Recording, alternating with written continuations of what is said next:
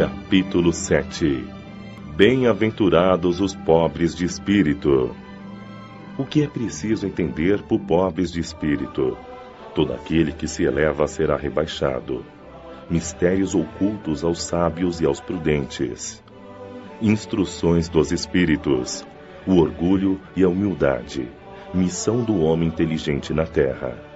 O que é preciso entender por pobres de espírito?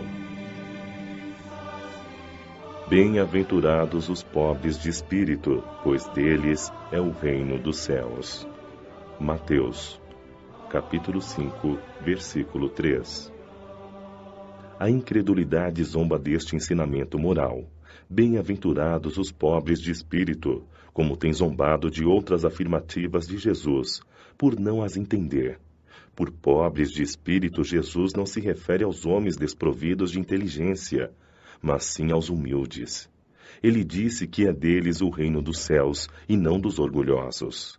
Os homens de ciência e de cultura, segundo o mundo, geralmente têm uma opinião tão elevada de si mesmos e de sua superioridade que olham as coisas divinas como desprezíveis para merecer sua atenção. Preocupados somente com eles mesmos, em suas vaidades não podem se elevar até Deus. Essa tendência de se acreditarem superiores a tudo e a todos os leva a negar forçosamente o que, estando acima deles, poderia rebaixá-los e a negar até mesmo a divindade. Se consentem em admiti-la, negam-lhe um de seus mais belos dons divinos. Sua ação providencial sobre as coisas deste mundo, convencidos de que só eles já bastam para bem governá-lo. Consideram sua inteligência como se fosse a medida da inteligência universal, e julgando-se aptos a entender tudo, não creem na possibilidade daquilo que não entendem, e quando opinam sobre alguma coisa, consideram seus julgamentos como definitivos e inapeláveis, ou seja, indiscutíveis. Quando se recusam a admitir um mundo invisível e um poder extra-humano, não é porque isto esteja acima de sua capacidade de entendimento, mas porque seu orgulho se revolta contra a ideia que haja alguma coisa acima do qual não se possam colocar e que os faria descer do seu pedestal. É por isso que apenas tem sorriso de desdém por tudo que não é do mundo físico e visível. Eles se atribuem grande cultura e ciência para acreditarem nessas coisas, que pensam ser boas, segundo eles, para as pessoas simples, considerando aqueles que os levam a sério como pobres de espírito. Entretanto, digam o que disserem, forçosamente entrarão, como todos os outros, no mundo invisível que ridicularizam. É aí que seus olhos serão abertos e que reconhecerão seu erro. Porém Deus, que é justo, não pode receber da mesma maneira aquele que desconheceu a sua majestade e aquele que se submeteu humildemente às suas leis, nem dar a ambos um tratamento igual. Ao dizer que o reino dos céus é para os simples, Jesus quer dizer que ninguém é lá admitido sem a simplicidade do coração e a humildade de espírito. Que um inculto que possui estas qualidades será preferido e não sabe o que acredita mais em si mesmo do que em Deus.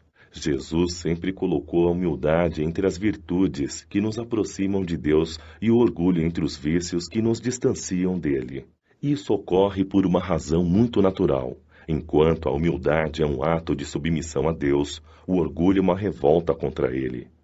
Mais vale, pois, para a felicidade futura do homem, ser pobre de espírito, no sentido do mundo, e rico de qualidades morais. Todo aquele que se eleva será rebaixado. Naquela hora, chegaram-se a Jesus seus discípulos, dizendo: Quem é maior no reino dos céus? E Jesus, chamando o menino, o pôs no meio deles e disse: Na verdade vos digo que, se não vos fizerdes como meninos, não entrareis no reino dos céus. Todo aquele, pois, que se humilhar e se fizer pequeno como este menino, será o maior no reino dos céus. E o que receber em meu nome um menino como este, a mim é que recebe. Mateus, capítulo 18, versículo 1 a 5. Então se chegou a ele a mãe dos filhos de Zebedeu, com seus filhos, adorando-o e pedindo-lhe alguma coisa. Ele lhe disse: Que queres tu? Respondeu ela: Dize que estes meus 2 filhos se assentarão no teu reino, um à tua direita e o outro à tua esquerda. E respondendo, Jesus disse: Não sabeis o que pedis. Podei-vos beber o cálice que hei de beber? Disseram-lhe eles: Podemos.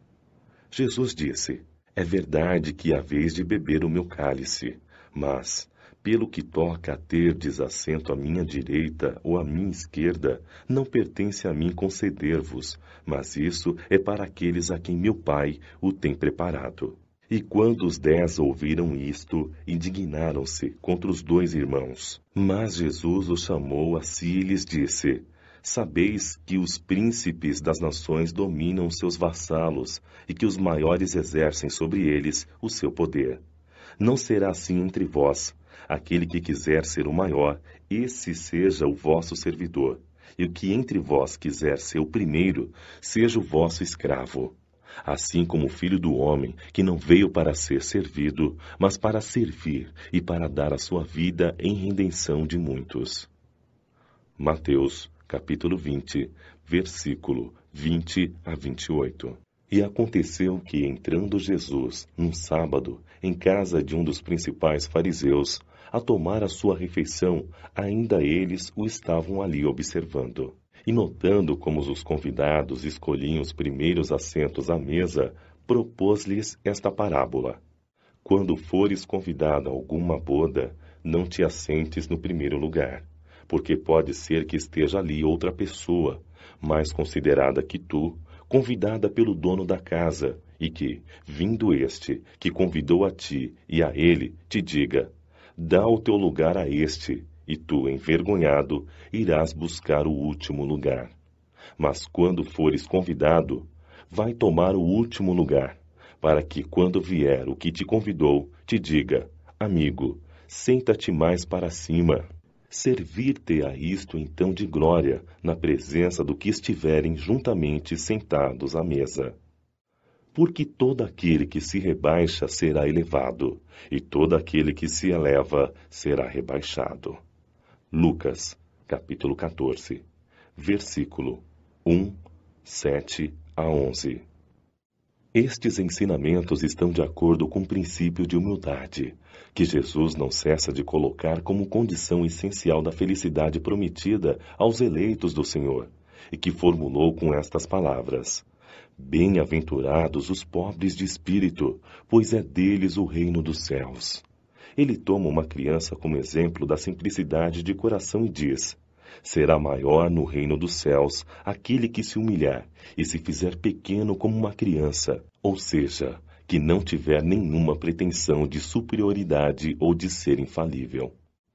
O mesmo pensamento fundamental se encontra neste outro ensinamento: que aquele que quiser tornar-se o maior seja vosso servidor, e também neste: todo aquele que se rebaixa será elevado, e todo aquele que se eleva será rebaixado. O Espiritismo vem confirmar os ensinamentos, exemplificando-os e mostrando-nos que os grandes no mundo dos espíritos são os que foram pequenos na terra, e frequentemente são bem pequenos lá aqueles que forem os maiores e os mais poderosos na terra. É que os primeiros levaram, ao morrer, aquilo que faz unicamente a verdadeira grandeza no céu e não se perde: as virtudes. Enquanto os outros tiveram que deixar o que faziam sua grandeza na terra e que não se leva: a riqueza, os títulos, a glória, a nobreza. Não tendo nenhuma outra coisa, chegam a outro mundo sem nada, como náufragos infelizes, que perderam tudo, até mesmo suas roupas. Conservaram apenas o orgulho que torna sua nova posição ainda mais humilhante, pois veem acima deles, resplandecentes de glória, aqueles que humilharam na terra. O Espiritismo nos mostra uma outra aplicação deste princípio, o das encarnações sucessivas, nas quais aqueles que foram mais elevados em uma existência terrena são rebaixados à última categoria na existência seguinte, caso tenham sido dominados pelo orgulho e pela ambição. Não procureis o primeiro lugar na terra, nem vos coloqueis acima dos outros, se não quiserdes ser obrigados a descer. Procurai, ao contrário, o mais humilde e o mais modesto, pois Deus saberá vos dar um lugar mais elevado no céu, se o merecerdes.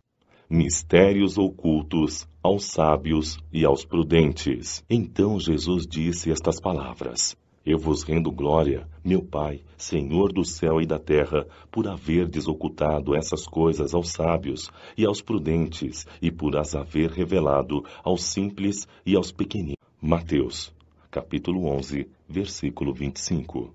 Pode parecer estranho que Jesus renda graças a Deus por ter revelado estas coisas aos humildes, aos simples e aos pequeninos, que são os pobres de espírito, e de tê-las ocultado aos sábios e aos prudentes, mas capazes, aparentemente, de compreendê-las.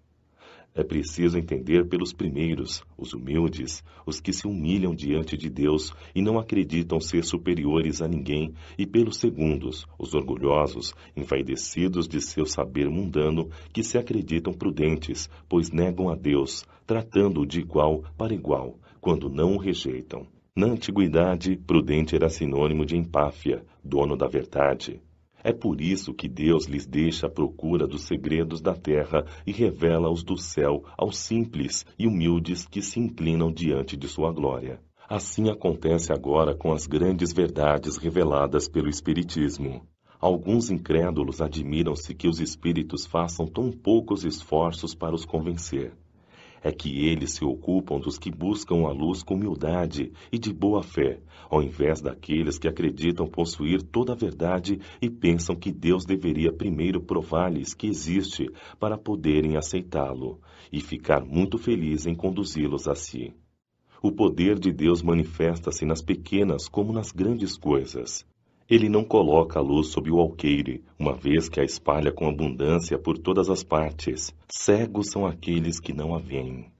Deus não quer lhes abrir os olhos à força, uma vez que lhes convém mantê-los fechados. Sua vez chegará, mas primeiro é preciso que sintam as angústias das trevas e reconheçam a Deus, e não o acaso, na mão que atinge seu orgulho.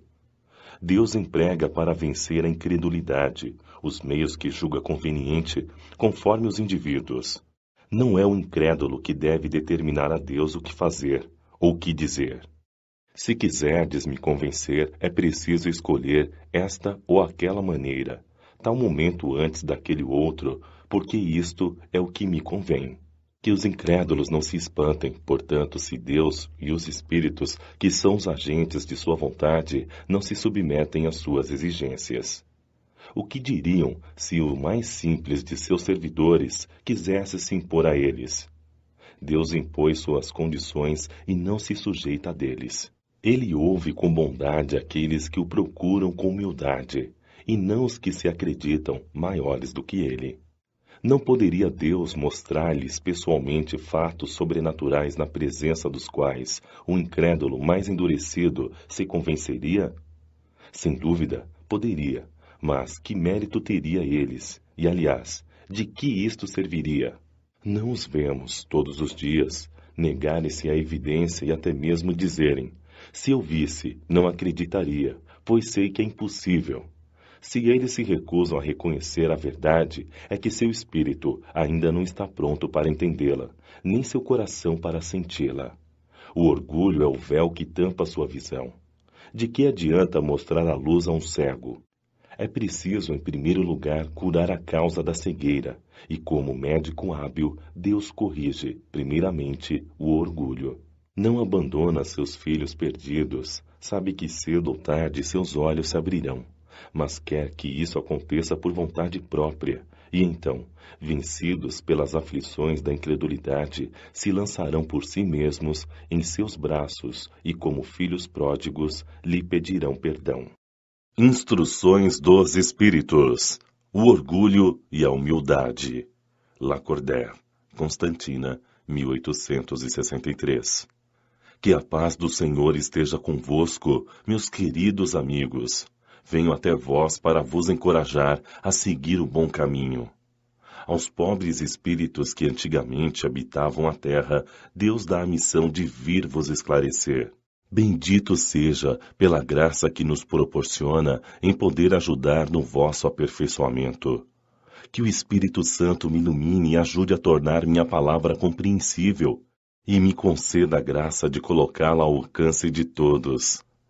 Todos vós encarnados, que estáis em provação e procurais a luz, que a vontade de Deus me ajude para fazê-la resplandecer aos vossos olhos. A humildade é uma virtude muito esquecida entre vós, e os grandes exemplos que dela vos têm sido dados são pouco seguidos. Será que podeis, sem a humildade, ser caridosos para com o vosso próximo? Não, pois a humildade iguala os homens, mostra-lhes que são irmãos, que devem se ajudar mutuamente, e os conduz ao bem. Sem a humildade, apenas vos enfeitais de virtudes que não tendes, como se vestisseis uma roupa para ocultar as deformidades de vosso corpo. Lembrai-vos daquele que nos salvou. Lembrai-vos de sua humildade, que o fez tão grande e colocou-o acima de todos os profetas. O orgulho é o terrível adversário da humildade. Se o Cristo prometeu o reino dos céus aos mais humildes, foi porque os poderosos da terra imaginam que os títulos e as riquezas são as recompensas dadas ao seu mérito, e que sua origem é mais pura do que a do pobre. Acreditam que isso lhe é devido por direito, e quando Deus as retira, acusam-no de injustiça. Ridícula cegueira! Deus vos distingue pelo corpo? Acaso o do pobre não é igual ao do rico? O Criador fez duas espécies de homens. Tudo o que Deus fez é grandioso e sábio. Nunca acrediteis a Deus as ideias que os vossos cérebros orgulhosos imaginam. Rico, enquanto tu dormes sob tetos dourados, ao abrigo do frio, não pensas em milhares de irmãos teus, iguais a ti, estirados na sarjeta? Não é teu irmão, teu semelhante, um infeliz que passa fome? Sei que com estas palavras teu orgulho se revolta. Concordarás em lhe dar uma esmola, mas nunca em lhe apertar fraternalmente a mão. O que, dirás tu, eu, descendente de sangue nobre, poderoso da terra, serei igual a este miserável que se veste de trapos? Ilusória vaidade de pretensos filósofos. Se fôssemos iguais, porque Deus o teria colocado tão baixo e a mim tão alto. É verdade que vossas roupas não se parecem nada, mas se ambos ficassem sem elas, que diferença haveria entre vós? A nobreza de sangue dirás tu, mas a química não encontrou diferença entre o sangue do nobre senhor e o do plebeu, entre o do senhor e o do escravo. Quem te garante que também já não foste um miserável e infeliz como ele, que não pediste esmola, que não a pedirás um dia aquele mesmo que desprezas hoje? Não acabam para ti as tuas riquezas que imaginavas eternas, como o corpo envoltório perecível de teu espírito. Volta-te humildemente para ti mesmo, lança, enfim, os olhos sobre a realidade das coisas deste mundo e sobre o que faz a superioridade e a inferioridade no outro. Pensa que a morte virá para ti como para todos, que os títulos não te pouparão a ela, que pode te atingir amanhã, hoje ou daqui a uma hora. E se te fechas no teu orgulho, então eu te lastimo, pois serás digno de piedade. Orgulhoso, que foste tu antes de ser nobre e poderoso. Talvez estivesses mais baixo que o último de teus criados. Curva a fronte orgulhosa, que Deus pode rebaixar no momento em que elevas mais alto. Todos os homens são iguais na balança divina, apenas as virtudes os distinguem aos olhos de Deus. Todos os espíritos possuem a mesma origem, todos os corpos são moldados da mesma massa. Nem títulos e nem nomes os mudam em nada. Eles irão para o túmulo e não vos garantem a felicidade prometida aos eleitos. A caridade e a humildade, sim, são títulos de nobreza. Pobre criatura, és mãe, teus filhos sofrem. Então com frio e com fome, e vais, curvada sob o peso de tua cruz, humilhar-te para eles conseguir um pedaço de pão. Eu me inclino diante de ti. Quanto és nobremente santa e grande aos meus olhos, espera e ora. A felicidade ainda não é deste mundo. Aos pobres oprimidos que confiam em Deus, Ele dá o reino dos céus. E tu, que és moça, pobre criança devotada ao trabalho, às voltas com privações, por que esses pensamentos tristes? Por que chorar? Que teu olhar se eleve, piedoso e sereno, em direção a Deus. Aos pequenos pássaros o Senhor dá o alimento. Tem confiança nele, que não te abandonará. O ruído das festas e dos prazeres do mundo faz bater teu coração. Gostarias também de enfeitar tua cabeça com flores e misturar-te aos felizes da... Dizes que poderias, como essas mulheres que vês passar, extravagantes e risonhas, ser rica também. Cala-te, criança. Se soubesses quantas lágrimas e dores sem conta estão escondidas sob essas roupas bordadas, quantos lamentos são abafados sob o ruído dessa orquestra alegre, preferirias teu humilde retiro e tua pobreza. Permanece pura aos olhos de Deus se não queres que teu anjo de guarda se retire e volte a Deus, escondendo o rosto com suas asas brancas e te deixe neste mundo com os teus remorsos, onde estarás perdidas e terás que aguardar a punição reparadora no outro mundo. Todos vós que sofreis as injustiças dos homens, sede indulgentes para com as faltas de vossos irmãos. Lembrando que vós mesmos não estáis isentos de culpa, sereis assim caridosos e humildes. Se sofreis pelas calúnias, curvai a fronte sob essa prova. Que vos importam as calúnias do mundo? Se vossa conduta é pura, Deus não pode vos recompensar? Suportar com coragem as humilhações dos homens é ser humilde e reconhecer que somente Deus é grande e poderoso. Meu Deus, será preciso que o Cristo venha uma segunda vez à terra para ensinar aos homens as leis que eles esqueceram? Terá ainda de expulsar os mercadores do templo que desonram a tua casa, que deve ser somente um lugar de oração? Quem sabe, homens, como outrora o renegaríeis, caso Deus vos concedesse essa graça, e o chamaríeis, outra vez, de maldito, porque atacaria o orgulho dos fariseus modernos. Talvez até o fizesseis recomeçar o caminho do Gólgota. Quando Moisés subiu ao monte Sinai para receber os mandamentos de Deus, o povo de Israel entregue a si mesmo abandonou o verdadeiro Deus. Homens e mulheres deram ouro e joias para fazer um ídolo que pudessem adorar. Vós, homens civilizados, procedeis como eles, pois o Cristo vos deixou sua doutrina e vos deu o exemplo de todas as virtudes, e vos abandonastes tudo, exemplos e ensinamentos. Cada um de vós, com suas paixões, construiu um Deus a seu gosto, para uns terrível e sanguinário, para outros despreocupado em relação aos interesses do mundo. O Deus que fizeste é ainda o mesmo bezerro de ouro que cada um adapta a seu gosto e às suas ideias. Despertai, meus irmãos, meus amigos, que a voz dos Espíritos toque vossos corações. Sede generosos e caridosos sem ostentação, ou seja, fazei o bem com humildade. Que cada um destrua, pouco a pouco, os altares que levantou ao orgulho.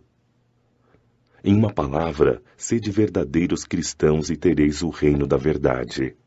Não duvideis mais da bondade de Deus, agora que vos oferece tantas provas. Nós viemos preparar os caminhos para o cumprimento das profecias. Sempre que o Senhor vos der uma manifestação mais convincente de sua clemência, o enviado celeste deve apenas encontrar uma grande família, que vossos corações suaves e humildes sejam dignos para ouvir a palavra divina que ele virá vos trazer. Que o mensageiro apenas encontre no caminho flores depositadas e voltadas para o bem, a caridade, a fraternidade, e então vosso mundo se tornará o paraíso terreno. Mas se permanecerdes insensíveis à voz dos Espíritos enviados para purificar e renovar vossa sociedade civilizada, rica em ciências e todavia tão pobre em bons sentimentos, só nos restará chorar e lastimar por vossa sorte. Mas, não será assim. Voltai-vos para Deus vosso Pai, e então todos nós, que tivermos servido ao cumprimento de sua vontade, entoaremos o cântico de ação de graças, para agradecer ao Senhor sua inesgotável bondade e para glorificá-lo por todos os séculos dos séculos. Assim seja. Adolfo, Bispo de Argel, Marmande, 1862. Homens, por que vos lamentais das calamidades que vós mesmos amontoaste sobre vossas cabeças? Vós menosprezaste a santa e a divina moral do Cristo. Não fiqueis, pois, espantados de que a taça da maldade tenha transbordado por toda a parte. O mal-estar torna-se geral. A quem deveis atribuí-lo senão a vós mesmos, que procurais sem parar destruí-vos uns aos outros? Não podeis ser felizes e sem benevolência mútua. Como a benevolência pode conviver com o orgulho? O orgulho eis a fonte de todos os vossos males. Dedicai-vos a destruí-lo, se não quiserdes que suas consequências malévolas se mantenham para sempre. Um único meio tendes para isso, e esse meio é infalível. Tomai a lei do Cristo como regra invariável da vossa conduta, lei que tendes rejeitado ou interpretado de forma enganadora. Por que tendes em tão grande estima aquilo que brilha e que encanta os olhos, ao invés do que vos toca o coração? Por que fazeis do viver na riqueza a razão de vossas vidas, enquanto tendes apenas um olhar de desdém para o verdadeiro mérito, muitas vezes oculto na simplicidade? Quando um rico cheio de vícios, perdido de corpo e de alma, se apresenta em qualquer lugar, todas as portas lhe são abertas, todas as atenções se voltam para ele, enquanto é muito pouco digno oferecer-se um gesto de proteção ao homem de bem que vive de seu trabalho. Quando a consideração que se dá às pessoas é medida pelo peso de ouro que possuem ou pelo nome que trazem, que interesse podem ter para se corrigir de seus defeitos? Seria diferente se o vício dourado fosse combatido pela opinião pública, como é o vício em farrapos. Mas o orgulho é tolerante para com tudo que o satisfaz.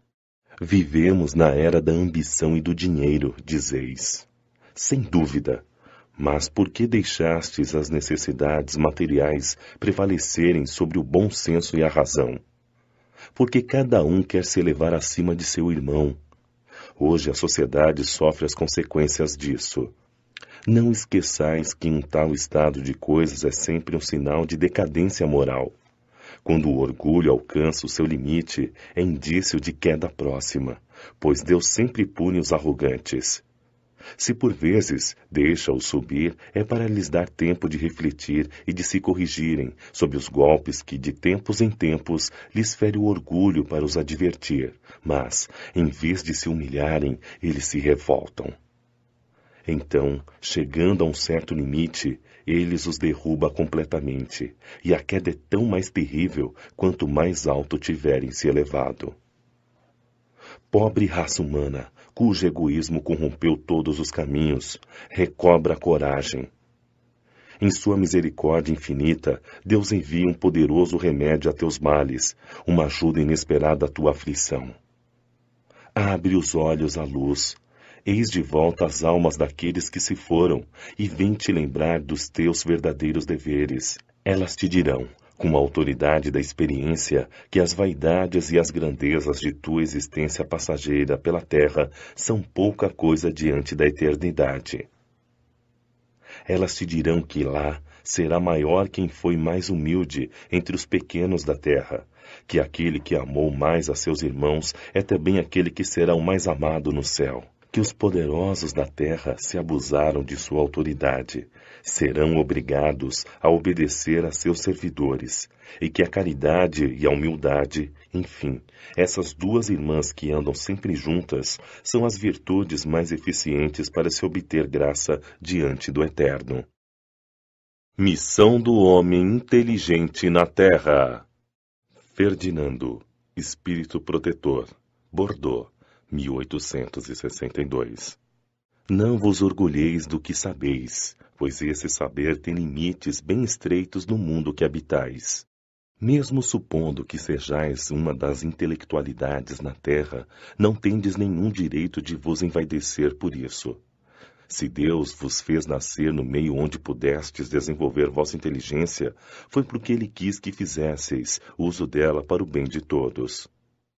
Esta é uma missão que ele vos dá ao colocar em vossas mãos o instrumento com a ajuda do qual podereis desenvolver, a vosso modo, as inteligências mais atrasadas e conduzi-las a Deus. A natureza do instrumento não indica o uso que dele se deve fazer? A enxada que o jardineiro coloca nas mãos de seu aprendiz não lhe mostra que ele deve cavar?